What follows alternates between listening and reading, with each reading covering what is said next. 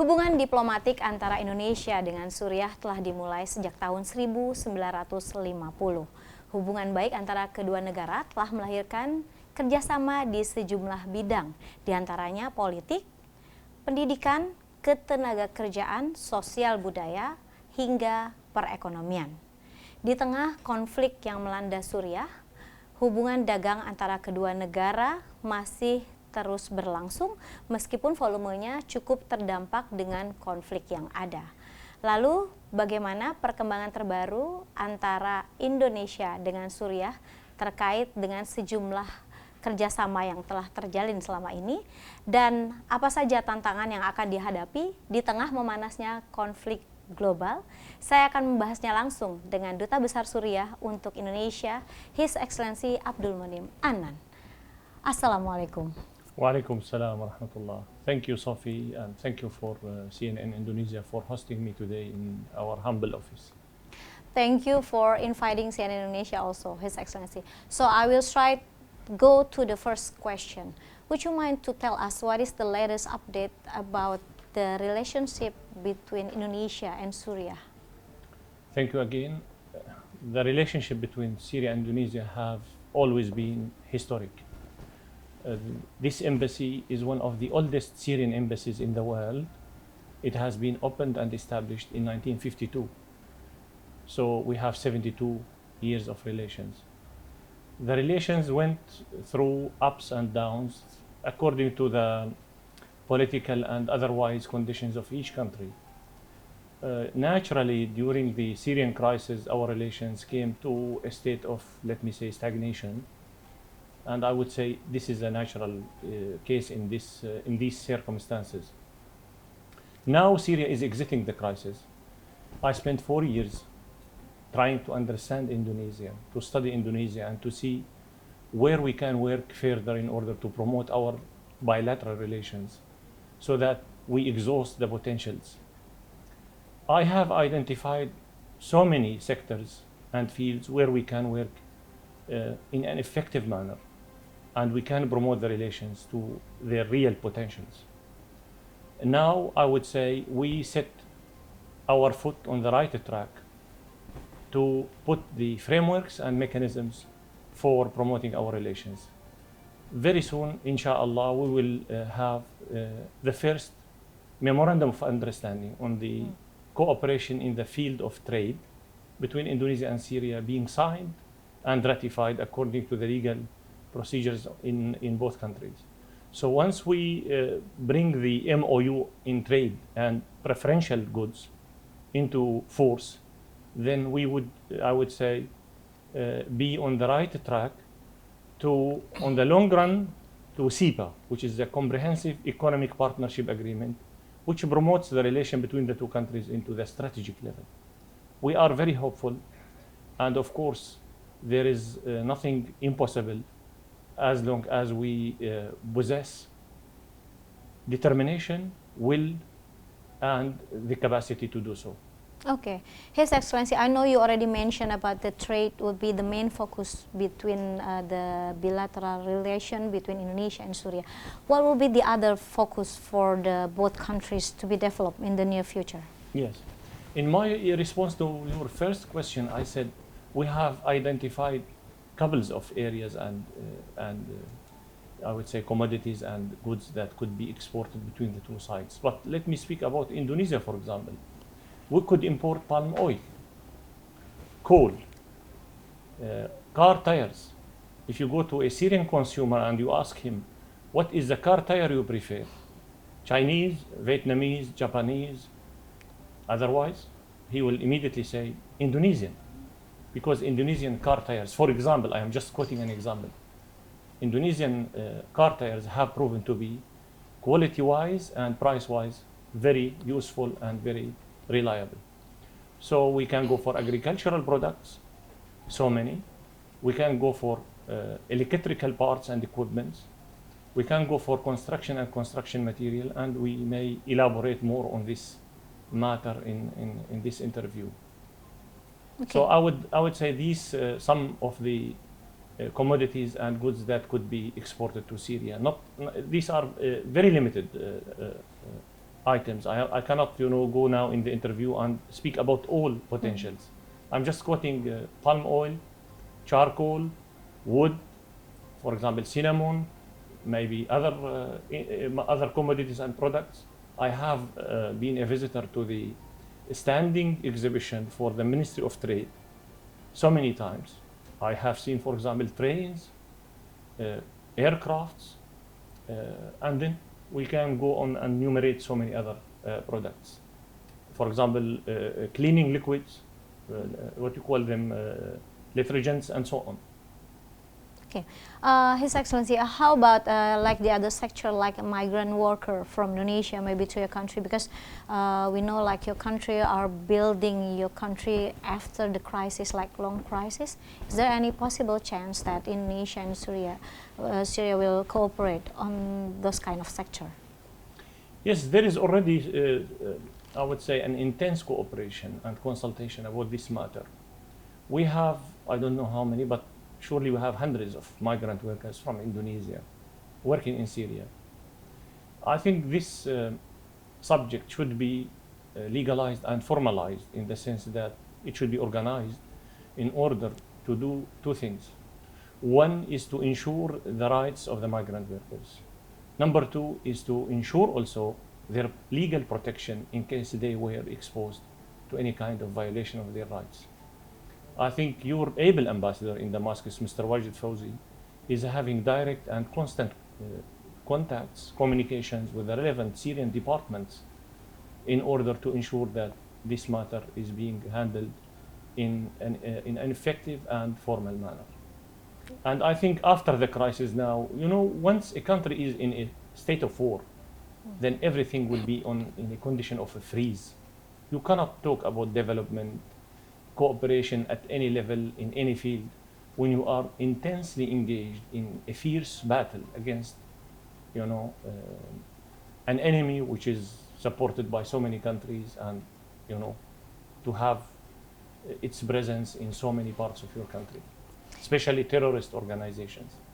Okay, since you already mentioned about the latest condition from your country, would you care to explain to us what is the latest condition about the political situation and all of the thing about the war, and what kind of like the conflict resolution that you expect to be implemented? Actually, the crisis we have gone through in the past 12 or 13 years was the toughest ever, maybe in the history of Syria, at least in the last 150 years. We have been confronted with a war which is multifaceted, which we were not expecting actually. We did not expect at any point that we will have a flood of over 150,000 terrorists from all nationalities, over 82 nationalities, coming to Syria to launch jihad against Muslims, because Syria is a Muslim country. And of course, with the running of time, we discovered that, it is not a discovery, we know it, but at least other countries, they discovered that Syria was targeted by this devastating war simply and briefly for its constant and moral stance in support of Palestine and the Palestinians. Had we gone into a concession, or let me say, humiliating agreement with Israel, then Syria would not have been maybe targeted by this terrorist war. Now, let me sum up. With the assistance of our friends in the Russian Federation and from the Islamic Republic of Iran and other willing nations, we managed to defeat the terrorists, and we liberated our lands. We purified our lands from the remnants of these fighters and terrorists. Now the terrorist groups are confined to a small pocket in northwest of Syria, maybe northeast, and maybe in the east, where the American occupation forces are, having their presence. And we put our document, which we call Syria post-war document, that sets our vision for the future, how to rebuild our country. Because if I want to talk about Syria before the war, you will be really stunned about our development level, how we were maybe one of among 3 only countries in the world without foreign debt. 60% of our society was middle class. electricity free, water free, education free, medical health is free. We were like a paradise. Now our country has been destroyed. We lost hundreds of thousands of civilians and soldiers. But we are exiting the crisis now. Our relations are being normalized with the Arab countries. We are also having new diplomatic relations with some European countries. Lately, Italy declared 2 days ago that it will post an ambassador to Damascus. We re-established our embassy in Hungary, in Greece, in Italy, and in a couple of other countries. So we are now setting for the right track to rebuild our country and to set back the stage as it was in 2010. Okay, so how about, do you care to comment about the latest attack to your country from Israel? And what is the latest update about the reconnection between Syria and Turkey? Yes. Let me answer this question in two different ways, because these are two separate subjects, Turkish-Syrian relations and the Israeli aggression on Syria. Since I was a child in a small town in the north of Syria, I used to hear in the radio, at that time there was no TV, there is a war between Israel and Syria. There is Israeli aggression on Syria. There is Israeli attacks, raids, and so on. So we are not taken by surprise that there is now Israeli aggressive acts against Syrian lands and Syrian cities. This is a historic enemy. It has been created by the West, out of the West hatred to the Muslim Ummah at large, not only to Syria. The West doesn't want peace in the Middle East. They want always the peoples to remain in conflict, war, destruction, casualties, orphans, widows, and so on. So Israel will keep doing its function that has been mandated by the West. Israel will keep fighting in the Middle East. They don't want peace. We have set our parameters for peace 30, 40 years ago, since October 1973 war. Very simply, implementation of Security Council resolutions, implementation of United Nations resolutions. It means compliance with international law, as Ms. Marsoudi, your foreign minister, always says.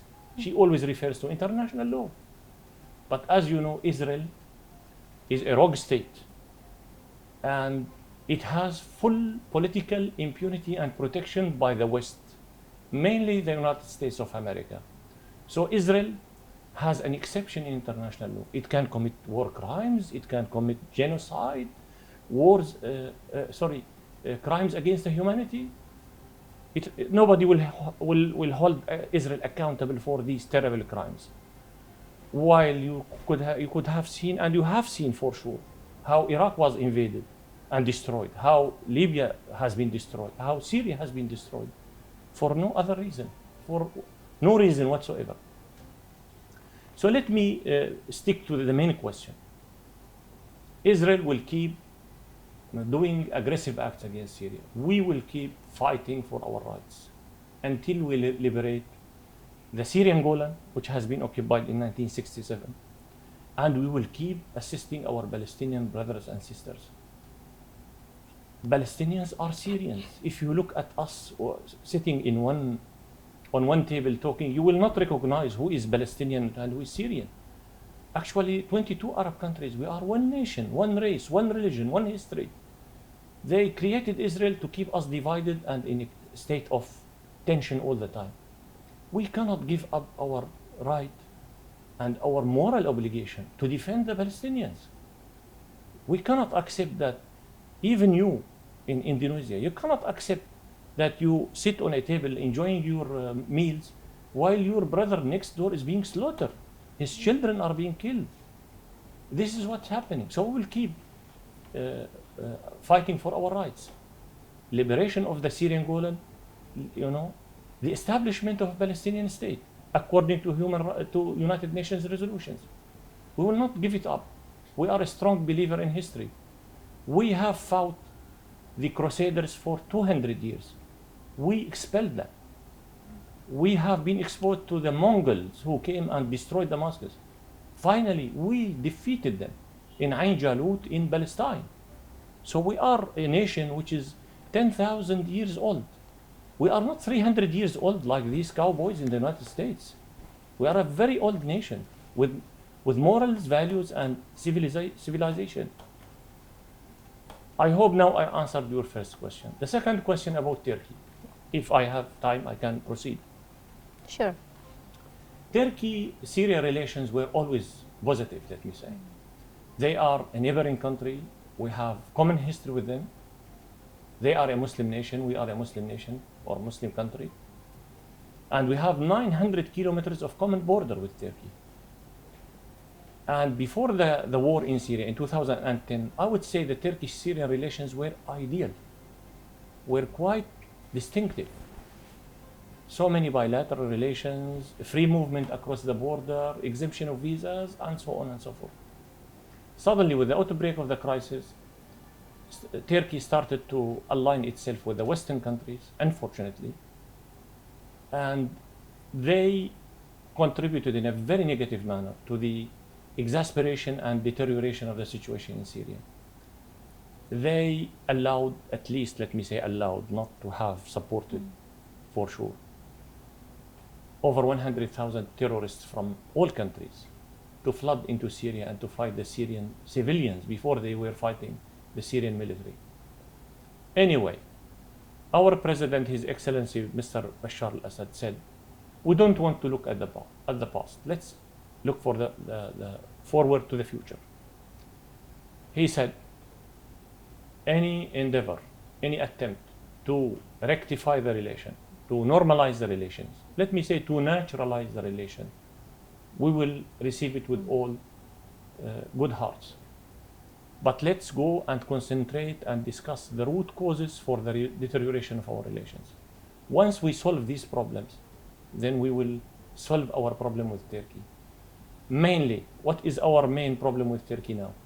They are occupying around 15,000 square kilometers from Syria. And in the areas they are occupying from Syria, Al-Qaeda members are operating. So without determination of occupation, without finding a solution to the terrorist groups who are being protected and sponsored by the Turkish side, how could we solve our problems? As His Excellency Mr. Bashar al-Assad said, should the presidents meet in order to drink Coca-Cola? Leaders should sit down to solve vital problems, serious problems. And these cannot be addressed at levels of leaders only. There should be committees, there should be commissions from both sides to sit down and to discuss the withdrawal of Turkish troops from Syria, the return of refugees according to applicable procedures and rules. These are Syrians, nationals. We want them to come back. We should put common principles. We should agree on measures to be taken. We should put a roadmap for our relations for the future. Once we agree on this level, then we could raise the level of meetings to maybe a medium level, then to a senior level, to the summit level, which is the two presidents. So this is, in general, our position in relation to what's being said in the media at large, that there could be a rapprochement, they call it in French, rapprochement of Syrian-Turkish relations. The Turkish people are our brothers and they are our neighbors. Our problem, to be very specific, is not with the Turkish people. It is with the policies adopted by the Justice and Development, or the Justice and Prosperity Party in Turkey, led by Mr. Erdogan. Once they come and address the reasons that led to the deterioration of our relations, then we would be on the right track to normalize our relations to the benefit of both countries and the interest of two peoples on both sides of the border. Okay. His Excellency, with all of the tension in the global politics nowadays, do you think what would be the main challenging with the relationship between Indonesia and Syria in the future? Actually, there are challenges. We have to be honest about this. Mainly is, since you are referring to the international challenges, it is not an Indonesian problem, it is not a Syrian problem. The political will on both sides is there, and it is very strong, and it is very serious. Let me be very specific and to say what is really still, I don't want to say blocking, but at least undermining our efforts to promote our relations to the levels deserved.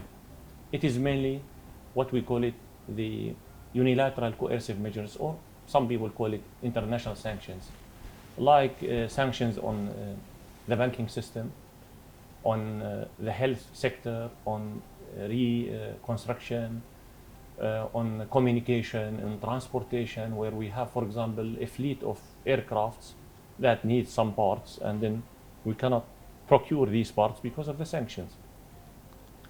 At the same time, there is, let me say, legitimate maybe concern by some Indonesian businessmen or business sectors that if they want to do business with Syria, then they will be exposed to some kind of, international problems, mainly how to, for the payment.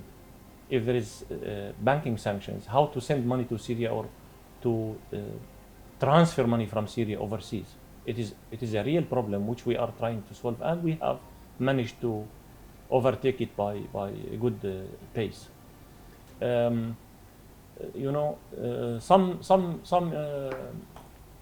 business sectors in Indonesia also, they have been affected by the Western media, where they draw a picture of Syria as if it is a conflict zone. It is not a conflict zone. It is a stable country. If you go to Syria now from Damascus to Halab, which is 350 kilometers, fully stable under the control of the Syrian army. We are rebuilding our country. We are setting the stage and the track on its right way as it was in 2010.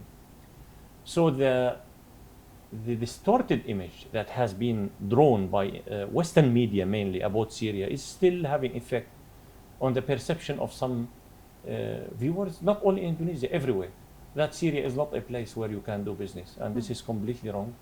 This is our job as embassies here and in Damascus to eliminate this negative and distorted picture, and to set, or actually to bring the real picture of Syria, stable Syria, prosperous Syria, and promising Syria to the light and to the vision of the interested stakeholders. Okay, thank you so much, His Excellency. That's all the questions that I have for now. Thank you for this very interesting discussion between us. Dan demikian wawancara saya dengan Dubes Suriah untuk Indonesia, His Excellency Abdulmonaem Annan. Terima kasih dan sampai jumpa.